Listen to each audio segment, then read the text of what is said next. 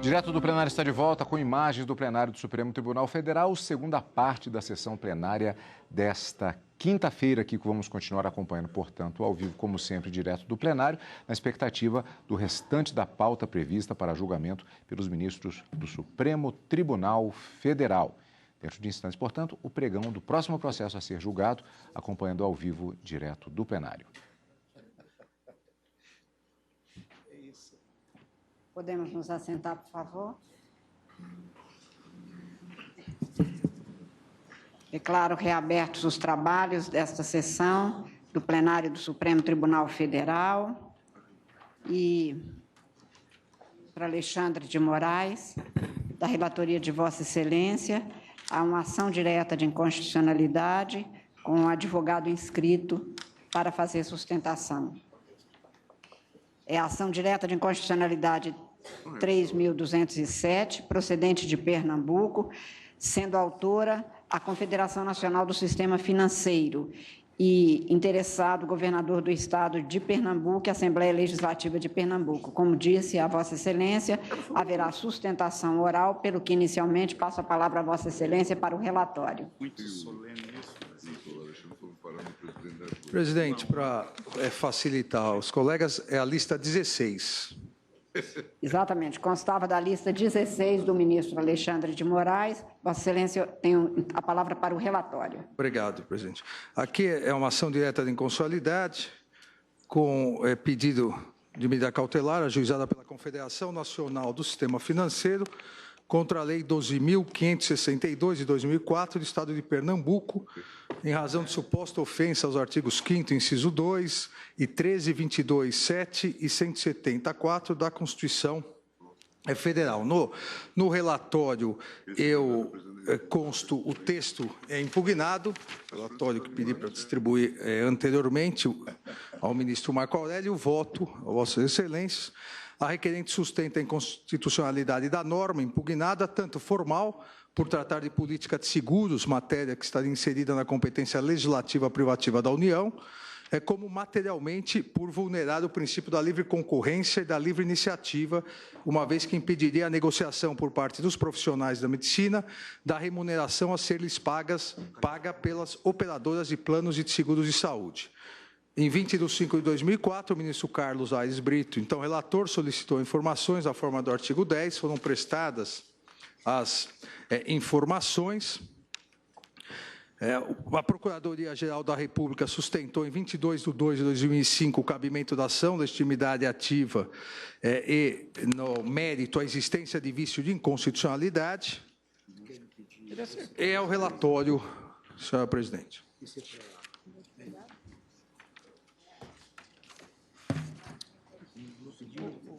Ministro Alexandre. Tem a palavra. Esse caso estava em lista, né?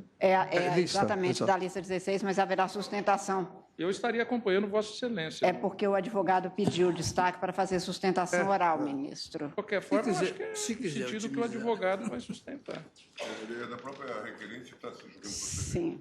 Colabora com o tribunal. Colabora sim, então, e nós agradeceríamos para a otimização, se o ministro puder ler o voto e se Vossa Excelência tiver algum reparo ou algum acréscimo, nós daríamos a palavra apenas. Eu até vou ficar feliz, porque parece que o ministro Gilmar vai concordar comigo, é uma coisa não tão rara ultimamente. Não, eu vou rapidamente fazer um resumo. A ação, eu estou julgando procedente a ação, é inconstitucional tanto formal quanto materialmente, trata realmente de matéria privativa da União, artigo 22, e materialmente também fere aqui a livre iniciativa. A ementa, todos já receberam, então, julgo procedente a ação. O senhor ministro relator, na ação direta de inconstitucionalidade 3207, julga procedente para declarar a inconstitucionalidade formal da Lei 12.562 do Estado do Pernambuco. Indago dos senhores ministros se há alguma divergência. Não havendo essa proclamação do resultado, eu agradeço mais uma vez o doutor Marcos Jorge por esta possibilidade. E Marco Aurélio, lista número 1, de 7 de março de 2018, da relatoria de Vossa Excelência. a 3 agravos regimentais em embargos de declaração na ação direta de inconstitucionalidade, 4885, agravo regimental na ADPF 219 e agravo regimental na ADPF 361. Vossa Excelência, com a palavra.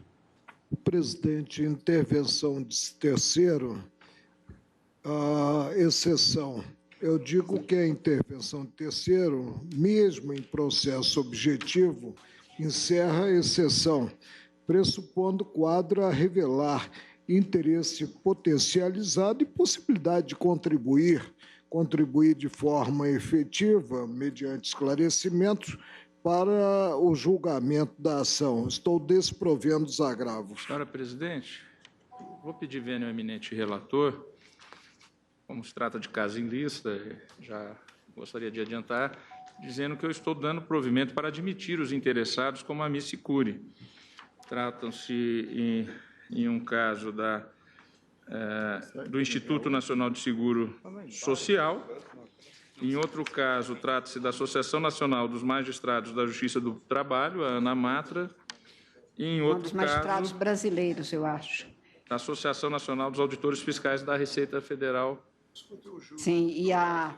Eu entendo que são entidades de representatividade que, pelo menos na minha ótica, e nos casos em que essas entidades têm se apresentado em feitos de minha relatoria, eu tenho admitido como amici curiae.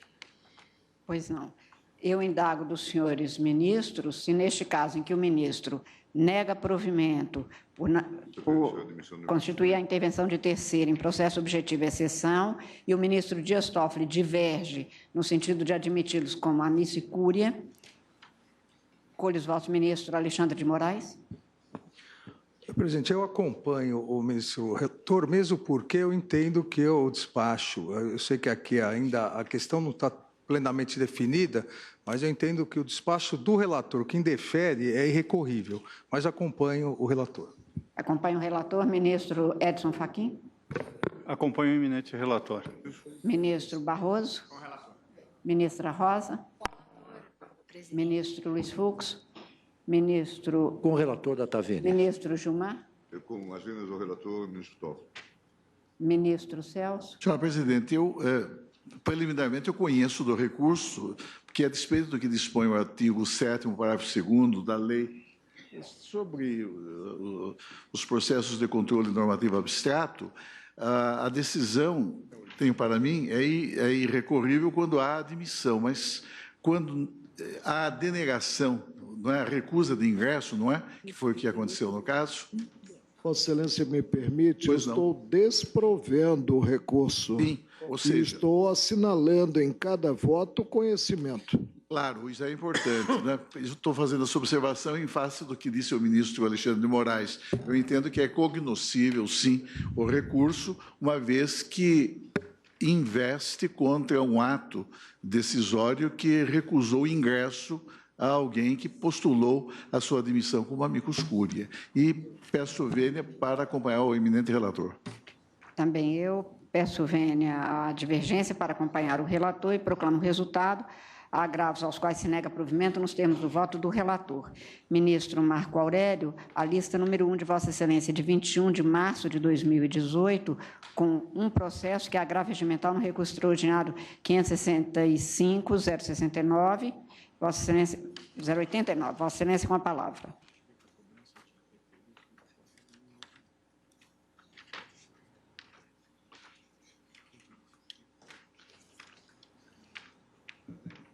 Presidente, é processo único na lista, né? Não devia haver sequer a lista, porque lista pressupõe mais de um processo, né? Há processo suspensão, artigo 1035, parágrafo 5º do Código de Processo Civil, excepcionalidade ante a garantia constitucional de acesso ao judiciário, inciso 35 do artigo 5º da Constituição Federal, o disposto no Código de Processo Civil sobre a suspensão de processos no território nacional há de ser reservado a situações extremas. E não vi, no caso, a situação extrema, estou desprovendo o agravo. Indago dos senhores ministros se há alguma divergência. Não havendo, proclamo o resultado. Agravo ao qual se nega provimento nos termos do voto do relator. Ministro Marco Aurélio, a lista número 2 da relatoria de Vossa Excelência de 21 de março deste ano de 2018. São 2 processos, segundo os embargos declaratórios no recurso extraordinário 594.015 de São Paulo e segundo os embargos declaratórios no recurso extraordinário 601.720 do Rio de Janeiro. Vossa Excelência, com a palavra. Presidente, se preciso, lerei o voto, mas não há omissão, contradição, obscuridade. Estou desprovendo os declaratórios. Indago dos senhores ministros. Não havendo divergência, proclamo o resultado. Agravos aos quais se nega provimento nos termos do voto do relator.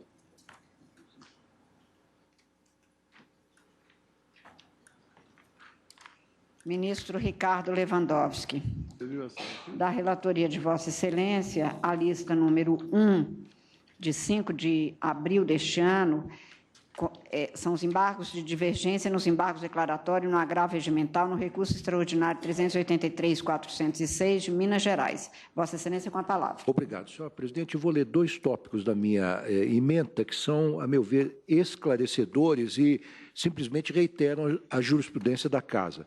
São legítimas as exações recolhidas até dezembro de 1998, data inicial da vigência da Emenda Constitucional 20 de 98.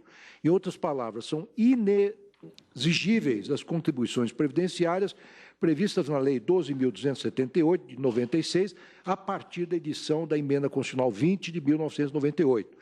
Entendimento consolidado neste tribunal no sentido de que a incidência de contribuição previdenciária sobre os proventos de servidores públicos inativos era ilegítima na vigência da Emenda Constitucional 20 de 98, afigurando-se válida no período anterior a essa emenda quanto no período posterior à Emenda Constitucional 41 de 2003. Embargos de divergência acolhidos para limitar o direito de restituição às contribuições previdenciárias recolhidas dos servidores inativos no período de 16 de 12 de 98 a 31 de 12 de 99. Como voto, acolhidos em parte para limitar, portanto, a devolução, a restituição. Aqui nós temos embargos providos, de divergência providos, mas Vossa Excelência diz providos em parte, porque verdade, há limitação temporal. Providos, pode ser provido. Eu estou dando provimento. Aos embargos. Aos embargos. De divergência. Indago dos senhores ministros. Sem divergência, essa é a proclamação do resultado. Embargos providos nos termos do voto do relator. Ministro Gilmar Mendes. A lista 3 de Vossa Excelência traz embargos de divergência nos embargos declaratórios no agravo regimental no recurso extraordinário 323.004 do Rio de Janeiro. Vossa Excelência, com a palavra. Presidente, eu vou tentar ficar na emenda equiparação de vencimentos entre procuradores do Estado do Rio e da Assembleia Legislativa do Estado do Rio. Aumento de vencimento de servidores com base na isonomia, impossibilidade, súmula 339 e súmula vinculante 37. Embargos de divergência acolhidos para conhecer e dar provimento ao recurso extraordinário.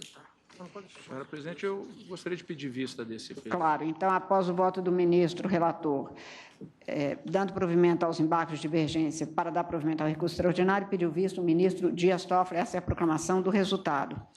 Indago, ministro Gilmar, posso chamar a lista número 4 de Vossa Excelência, que também tem os embargos de divergência. Também. Embargos de lista número 4 do ministro Gilmar Mendes, embargos de divergência no agravo regimental no recurso extraordinário 462.749 do Rio Grande do Sul. Vossa Excelência, com a palavra.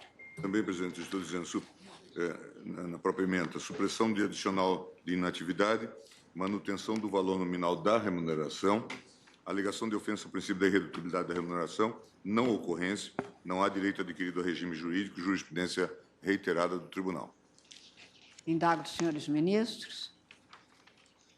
Essa é a mesma matéria. É a mesma matéria, porque se for, a Vossa Excelência teria que pedir vista. Então, também, da mesma forma, neste agravo, após o voto do ministro relator que dava provimento aos embargos, pediu vista o ministro Dias Toffoli. Ministro Dias Toffoli. Sim, presidente. A lista número 1 de Vossa Excelência tem Uma ação direta de inconstitucionalidade, no qual está impedido o ministro Gilmar Mendes. Ação direta de inconstitucionalidade 2087, procedente do Amazonas. Autor, o Conselho Federal da Ordem dos Advogados do Brasil. Vossa Excelência, com a palavra. Senhora presidente, substancial alteração do parâmetro de controle, posicionamento da Corte no sentido de aceitar, em casos excepcionais, o conhecimento da ação, com vistas à máxima efetividade da jurisdição constitucional ante a constatação de que a inconstitucionalidade persiste e é atual. Não ocorrência de prejuízo das normas impugnadas suspensas por força da medida liminar, das normas impugnadas suspensas por força de medida liminar em vigor. Se o tribunal, na linha da jurisprudência tradicional, aceitar o prejuízo das ações diretas, revogando por consequência as medidas cautelares, a norma, embora seja clara e irremediavelmente inconstitucional, tornará a produzir seus efeitos à luz do regramento instituído pela emenda 41, o qual, por autorizar a tributação dos inativos, confere à norma uma aparência de validade. É inconstitucional a lei editada sob a égide da emenda constitucional número 20, 98, que prevê a incidência de contribuição previdenciária sobre os proventos dos servidores públicos inativos e dos respectivos pensionistas, conforme ação direta 2010, DF, medida cautelar, relator ministro Celso de Mello. A aplicabilidade do artigo 3711 da Constituição Federal, com a redação a ele conferida pela emenda 1998, estava condicionada à promulgação de lei federal de iniciativa conjunta, o que nunca ocorreu, razão pela qual permaneceu em vigor a redação original do referido artigo, que previa a possibilidade de fixação de tetos remuneratórios por poder. Desse modo, sob a vigência do texto originário da Constituição Federal Constitucional, é o artigo 1º da Lei Estadual do Amazonas, número 2543, de 25 de junho de 1999. Por sua vez, a jurisprudência da Corte firmou-se no sentido da prejudicialidade da ação direta de inconstitucionalidade por perda de superveniente do objeto quando sobrevém a revogação da norma constitucional. E o dispositivo: ação direta de inconstitucionalidade julgada parcialmente procedente para 1. Declarar a inconstitucionalidade da expressão inativos e de pensionistas, contida no artigo 1º da emenda constitucional número 35 à Constituição do Estado do Amazonas e da segunda parte do artigo 2º da emenda constitucional número 35 à Constituição do Estado do Amazonas, no ponto em que se revoga o artigo 111, parágrafo 5º da Constituição Estadual. Segundo, declarar a inconstitucionalidade da expressão as vantagens pessoais ou outra de qualquer natureza contida no artigo 1º caput e da expressão e de todas as demais vantagens percebidas pelo deputado federal em razão do desempenho do mandato contida no artigo 1º, inciso 1, alínea A, ambos da Lei Estadual do Amazonas, número 2543, de 25 de junho de 1999. E, por fim, declarar prejudicada a ação em relação aos artigos 2º e 6º da Lei Estadual do Amazonas 2.543, de 25 de junho de 1999, em razão da perda superveniente do seu objeto. É como voto. Presidente, mantenho-me firme a jurisprudência da Corte, no sentido de que, havendo modificação do parâmetro de cotejo, tem-se o prejuízo do pedido formulado na inicial da ação direta de inconstitucionalidade. Vencido nessa parte, ultrapassando, portanto, o colegiado a preliminar, acompanho o relator. Eu tenho uma observação na lista anterior do ministro Gilmar Mendes, eu estou impedido na lista 6. Se Vossa Excelência pudesse consignar. A lista 6 não foi chamada. Foi. Então, desculpa. Mas já 5 e 6 eu tenho impedimento. E nas que foram chamadas... Será anotada. Então, será anotada. Neste caso, portanto, indago dos senhores ministros se há alguma outra divergência, além da inicialmente lançada pelo ministro Marco Aurélio, que, se vencida, acompanha o relator, não havendo-se a proclamação do resultado. Vencido o ministro Marco Aurélio, relativamente à prejudicialidade da ação pela superveniência de mudança de paradigma e, no mérito, julgada parcialmente procedente nos termos do voto do relator, por unanimidade. Ministro Dias Toffoli, a lista 2 da relatoria de Vossa Excelência, com um processo que é a ação direta de inconstitucionalidade 1082 do Distrito Federal, sendo autor hospitais, estabelecimentos e serviços. Vossa Excelência, com a palavra. Senhora presidente, Com o advento da Constituição de 1988, o Constituinte dedicou uma seção específica às limitações do poder de tributar e nela fez constar a imunidade das instituições de assistência social. Mesmo com a referência expressa ao termo lei, não há mais como sustentar que inexiste reserva de lei complementar. No que se refere aos impostos, o maior rigor do quórum qualificado para a aprovação dessa importante regulamentação se justifica para se dar maior estabilidade à disciplina do tema e dificultar sua modificação, estabelecendo regras nacionalmente uniformes e rígidas. A necessidade de lei complementar para disciplinar as limitações ao poder de tributar não impede que o Constituinte não possa selecionar matérias passíveis de alteração de forma menos rígida, permitindo uma adaptação mais fácil do sistema às modificações fáticas e contextuais, com o propósito de velar melhor pelas finalidades constitucionais. Nos precedentes da Corte, prevalece a preocupação em respaldar normas de lei ordinária direcionadas a evitar que falsas instituições de assistência e educação sejam favorecidas pela imunidade. É necessário reconhecer um espaço de atuação para o legislador ordinário no trato da matéria.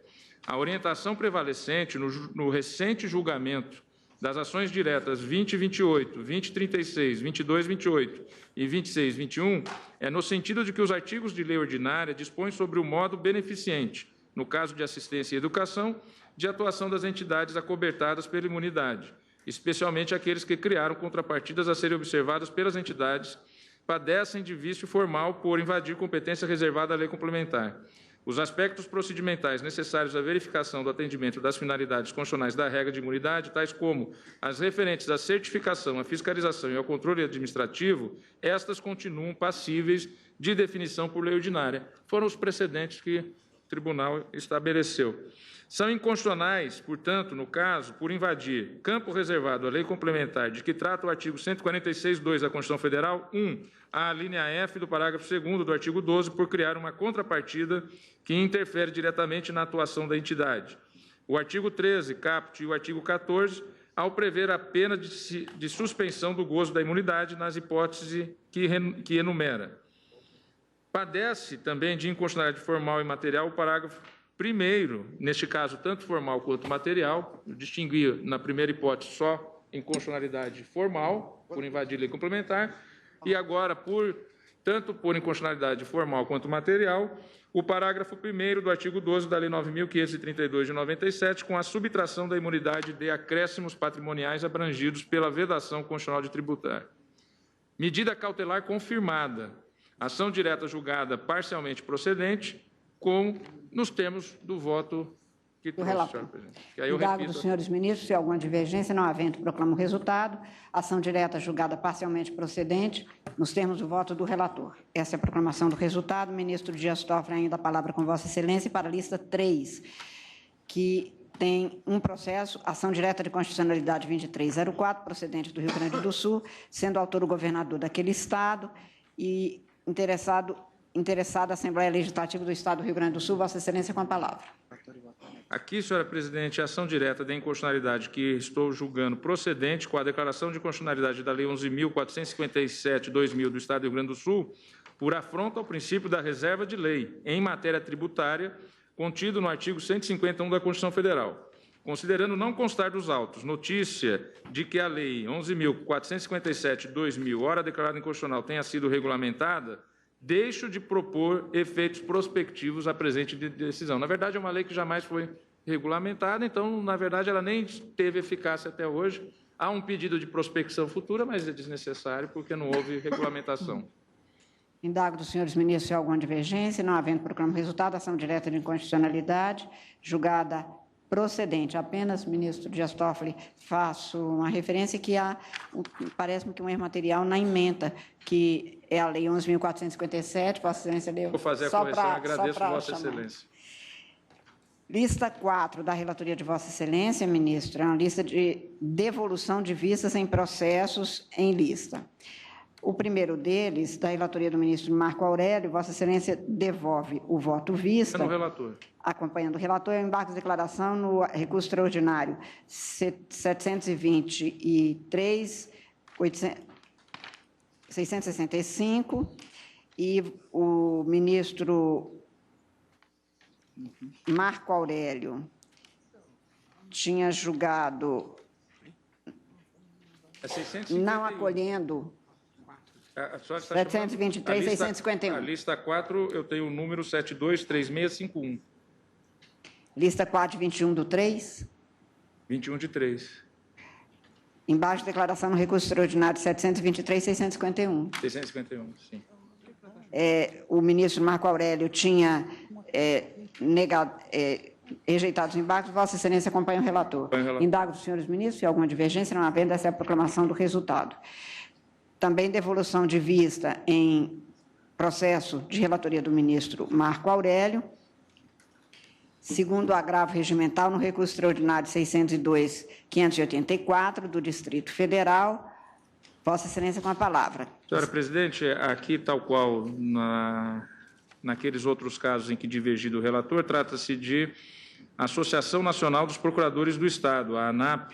Eu entendo que se trata de representante nacional da categoria dos procuradores do Estado, tendo, pois, abrangência nacional, e vou pedir, então, neste caso, como naqueles outros, vênia ao relator para admitir o ingresso no feito na qualidade de amicus curiae da agravante. Então, eu divido para acolher aqui. Para prover o agravo que o ministro tinha desprovido, exatamente por não entender admissível a ANAP. Indago dos senhores ministros. Peço vênia ao relator, acompanhe a divergência. Então, Acompanhe o relator. Com o relator, ministra Rosa Weber. Ministra Rosa Weber.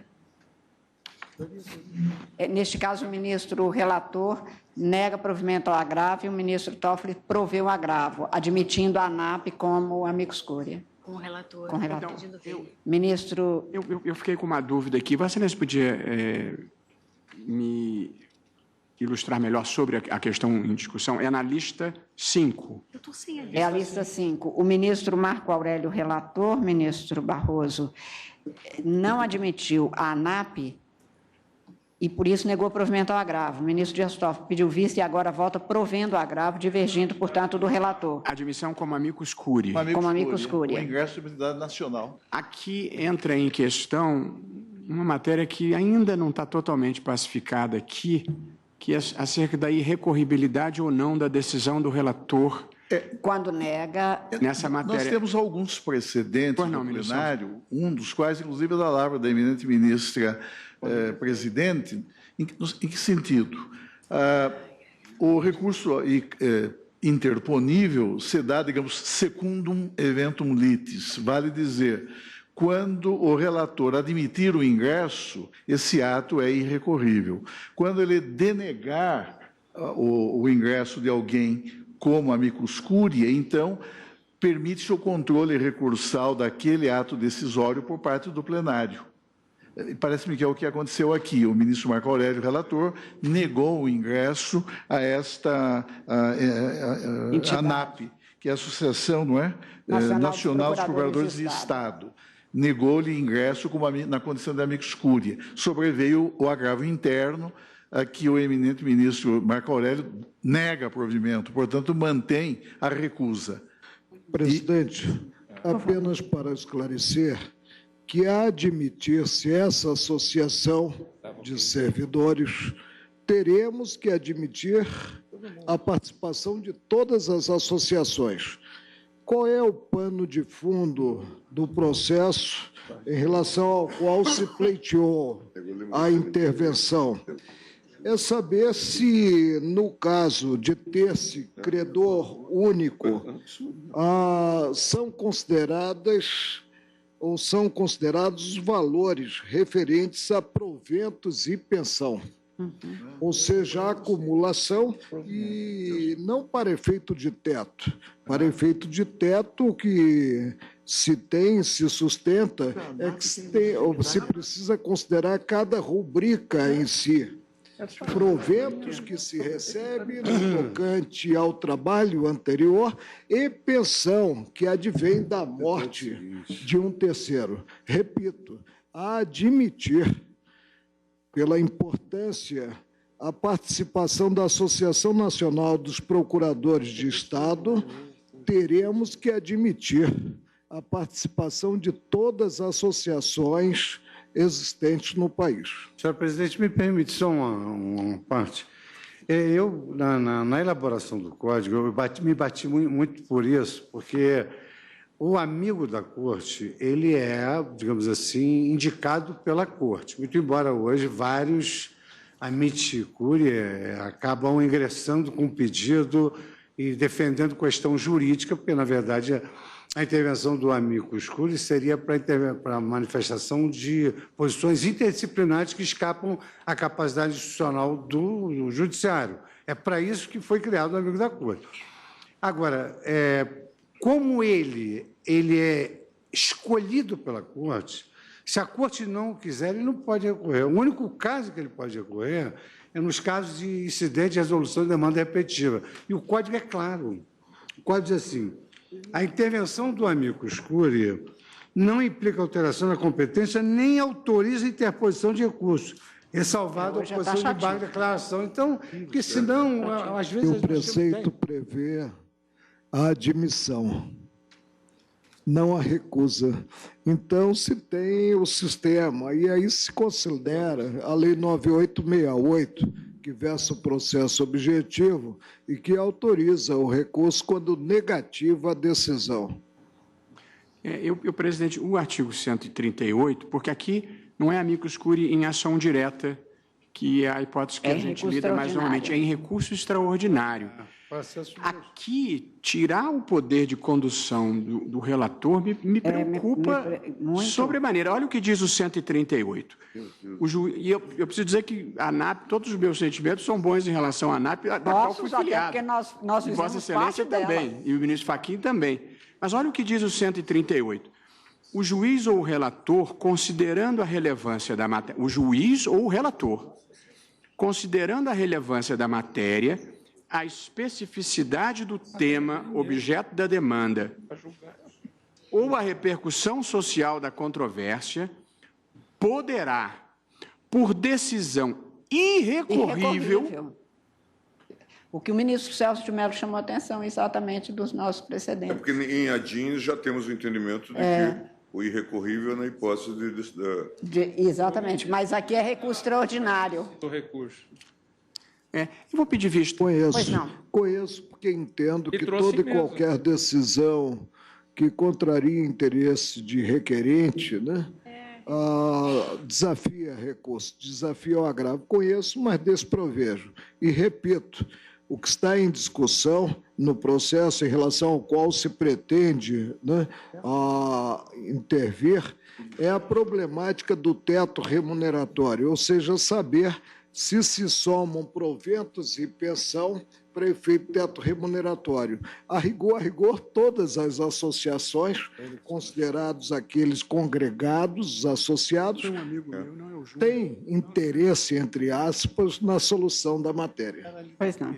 Então, pede vista o ministro... Eu pedi vista. Você quer pedir vista? Não, tá bom. Não, o ministro Fux pediu vista. Tá bom. Após o voto do ministro... Presidente, que tanto quanto possível, concordo com a colocação do ministro Luiz Roberto Barroso. Se deve homenagear a condução do processo pelo relator. Claro. Após o voto do vista do ministro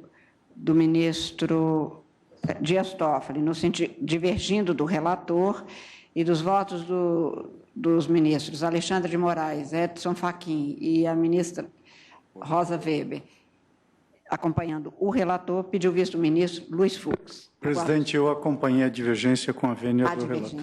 Eu também tinha acompanhado. Vossa Excelência não tinha votado neste caso, tinha? Vossa Excelência não, a ministra Rosa. Não, eu tinha acompanhado. Eu também. O relator. E o ministro Edson Fachin. E eu acompanhei o ministro Toffoli. O ministro Toffoli, exatamente. Após o que pediu visto o ministro Luiz Fux. Tentou uniformizar. Ministro Dias Toffoli, também com devolução de vista. Mesma coisa, senhora presidente. Então, fica com vista o ministro Dias Toffoli. Ministro Fux. O ministro Pode Fux. me chamar de Dias Toffoli. Após o voto do ministro Dias Toffoli. Lista número 7 do ministro Dias Toffoli, agravo regimental... agravo regimental nos embargos de divergência, no agravo regimental, no recurso extraordinário com agravo, 1.033.208 de São Paulo. Vossa Excelência, com a palavra. Eu nego provimento, senhora presidente. Indago os senhores ministros se há alguma divergência. Vou divergir. Entendo que, no caso, a referência à sentença é uma referência técnica. A rigor, alude o preceito à decisão, inclusive acordos. Por isso, mesmo porque o acordo, a teor do Código de Processo Civil substitui a sentença proferida. Por isso, diverjo. O relator, no caso, ministro Dias Toffoli, Vossa Excelência aponta, matéria criminal, não cabimento dos embargos de divergência, né? Aqui eu digo que não cabimento dos embargos de divergência, incidência da regra contida no artigo 302 do Regimento da Corte. É saber a época em que se deve considerar a idade para efeito de fixação do prazo prescricional. Entendo que, se trata de acordo condenatório, se a época desse acordo que substitui a sentença anterior, ainda que apenas confirme, mas substitui, passa a ser o título condenatório. Se a época o acusado já tinha 70 anos, o prazo é contado pela metade. Nós já aplicamos esse entendimento aqui. Mas o ministro, neste caso, está negando provimento. Porque eu lembro no esbargo de declaração do nosso questão fiscal. No agravo. Conheço, presidente, que o artigo 115 do Código Penal fundamentos diversos. alude à sentença, mas se pode ter, inclusive, a situação em que a sentença é absolutória e o acordo é condenatório.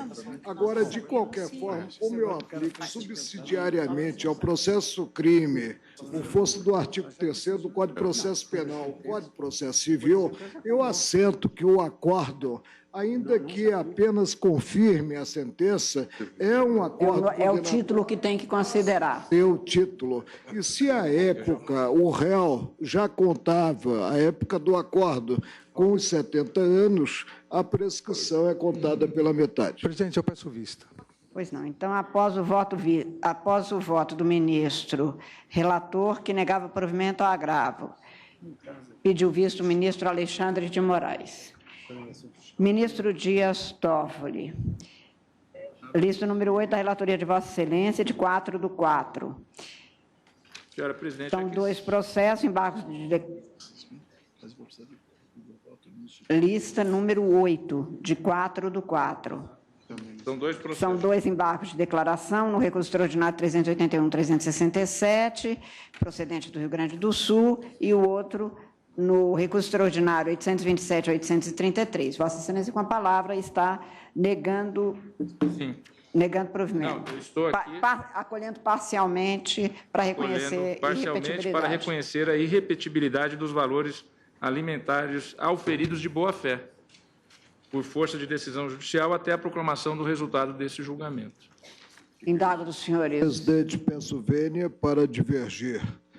E reporto-me, inclusive, ao disposto no artigo 44, parágrafo 2º e 3º da Lei 8.112/90, e que revela um sistema, ainda que recebida qualquer quantia por força de liminar, uma vez sendo julgado improcedente, o pedido tem-se a devolução e não potencializo, portanto, o aspecto subjetivo, que seria o recebimento de boa-fé pelo servidor.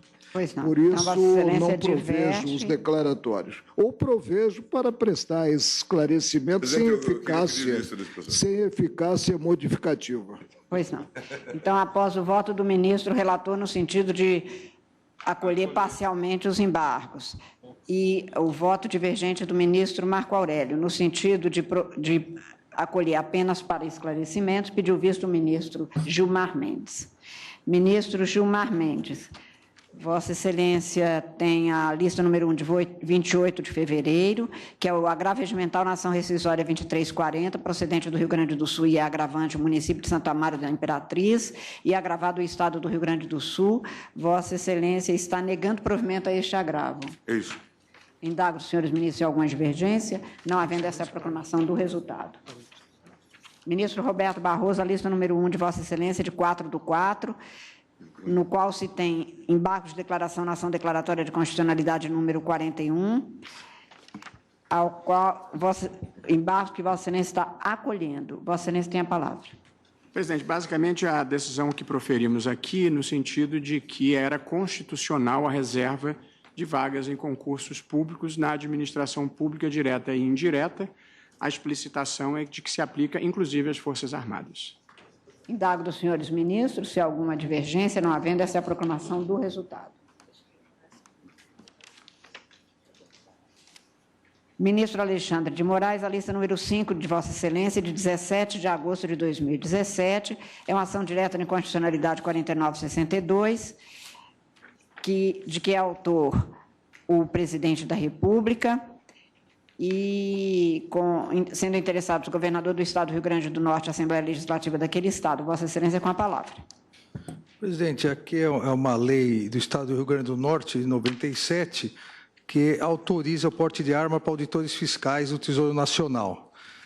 Houve ação direta por usurpação da competência da União, artigo 21, 6º e 22 é primeiro.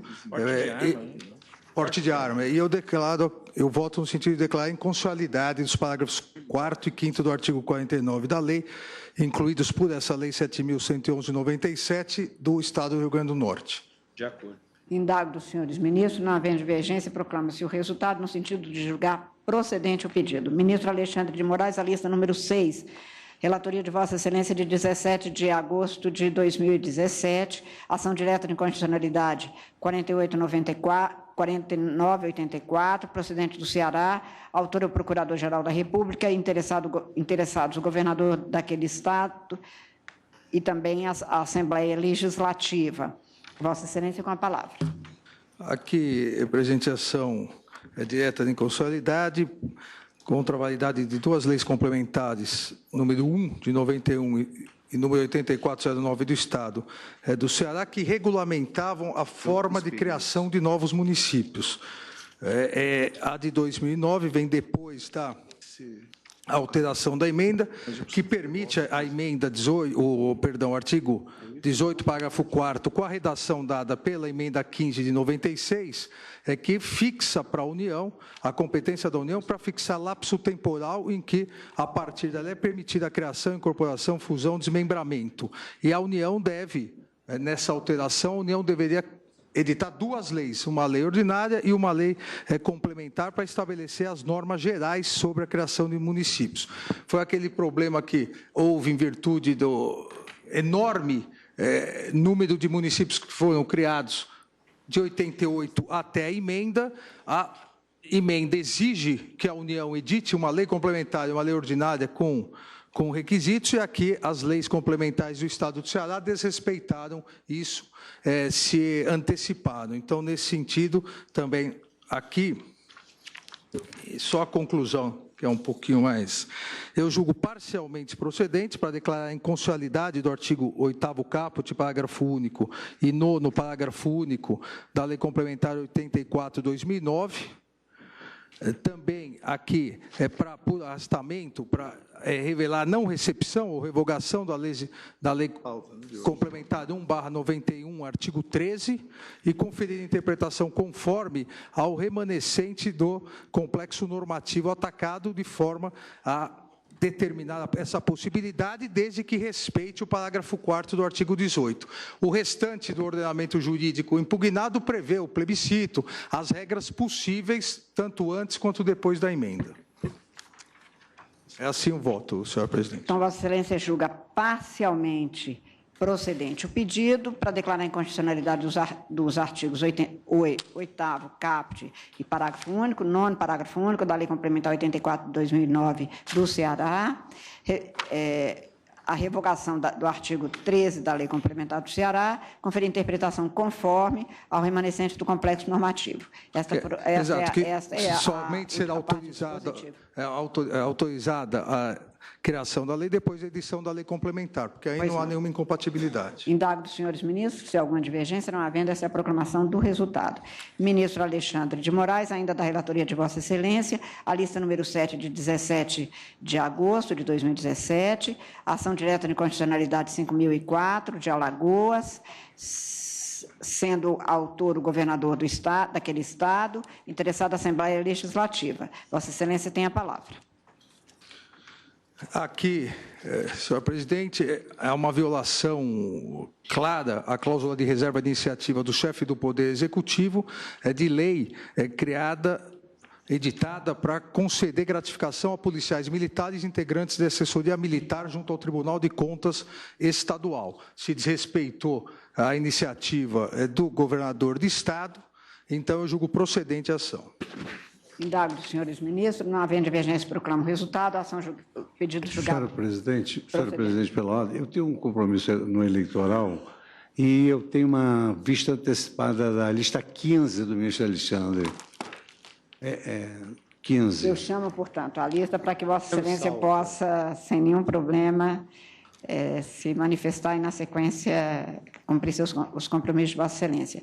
A lista 15, portanto, ministro Alexandre de Moraes, de 18 de outubro de 2017, são os segundos embarques de declaração no recurso extraordinário 902.888 do Rio Grande do Sul, sendo embargante telefonia de serviço móvel, celular e pessoal, e também a Oi Brasil Telecom.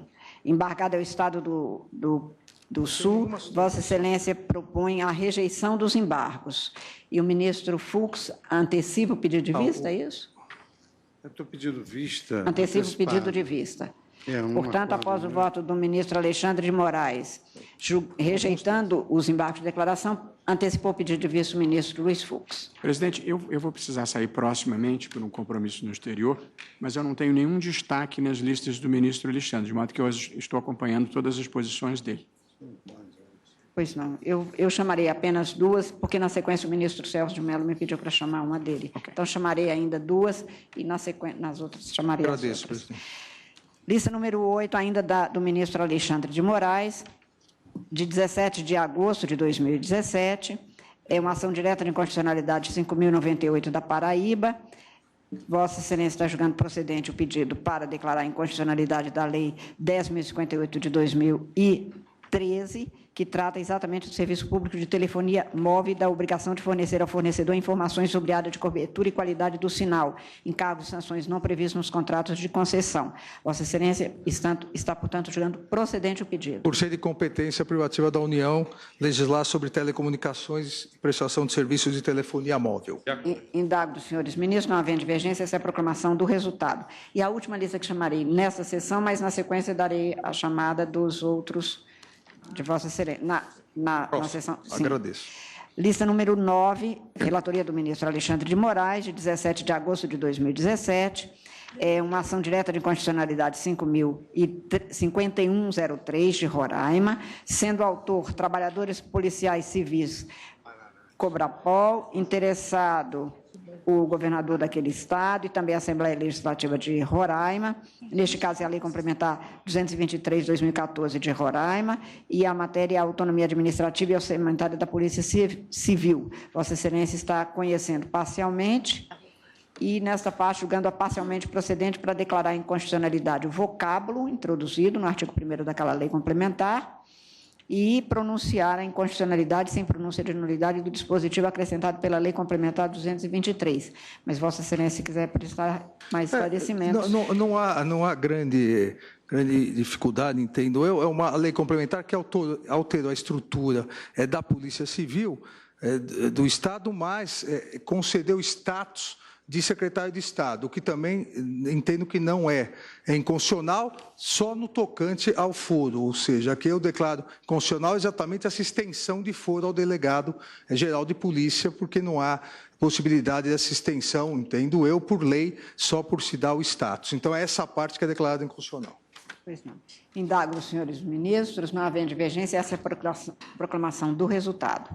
E, finalmente, na sessão plenária de 1º de fevereiro de 2010, esse julgamento foi suspenso para colher um voto de desempate do ministro Celso de Mello. Saiu, já veio, já saiu. Já saiu várias vezes, por isso é que chamo agora. Ação direta de inconstitucionalidade 21.063, procedente do Rio de Janeiro, após o voto do senhor ministro Eros Grau, relator que julgava improcedente essa ação, no que foi acompanhado pelos ministros Ricardo Lewandowski e Carlos Brito, e do voto do senhor ministro Marco Aurélio, julgando-a procedente, pediu vista dos autos do senhor ministro Gilmar Mendes. E o ministro Gilmar Mendes, Dias Toffoli e César Peluso julgaram procedente esta ação, e os votos dos ministros Ricardo Lewandowski, Carlos Brito, Carmen Lúcia, Joaquim Barbosa e Ellen Grace, que a julgava improcedente, o julgamento ficou suspenso para colher o voto de desempate do senhor ministro Celso de Mello. Portanto, julgavam improcedente o pedido formulado nesta ação os ministros Ricardo Lewandowski, Carlos Brito, Carmen Lúcia, Joaquim Barbosa e Ellen Grace.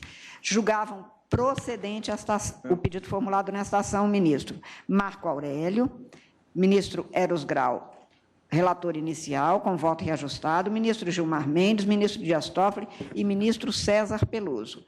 Portanto, por serem 5 votos pela procedência e 5 pela improcedência, tem a palavra o ministro Celso de Mello. Senhora presidente, eu estou pedindo vênia para os que entendem de forma diversa para julgar improcedente esse pedido e manter, consequentemente, a lei fluminense que estabelece o benefício da meia entrada para jovens nos estabelecimentos que proporcionam lazer e entretenimento. Não é? Houve realmente esse empate. O ministro Eros Grau, no primeiro momento, o relator, julgava improcedente, posteriormente reconsiderou seu voto e sobreveio, então, esse empate. Eu estou, com base no voto que eu farei incluir nos autos, eu estou julgando improcedente o pedido, acompanhando, portanto, o voto do ministro Ricardo Lewandowski, que foi o primeiro a iniciar o dissenso. Pois não. Então, proclamo o resultado. Pedido julgado improcedente, nos termos da divergência iniciada pelo ministro Ricardo Lewandowski, redator para o acórdão, vencidos os senhores ministros Marco Aurélio, relator Eros Grau, ministro Gilmar Mendes, ministro Dias Toffoli e ministro César Peluso. Esta proclamação do resultado. Senhores ministros, agradeço a presença de todos, o trabalho realizado, senhores advogados, senhor procurador-geral em exercício nesta tarde, senhora secretária de sessões, senhores servidores, declaro encerrada a presente sessão, desejando a todos uma excelente noite. Muito obrigada a todos.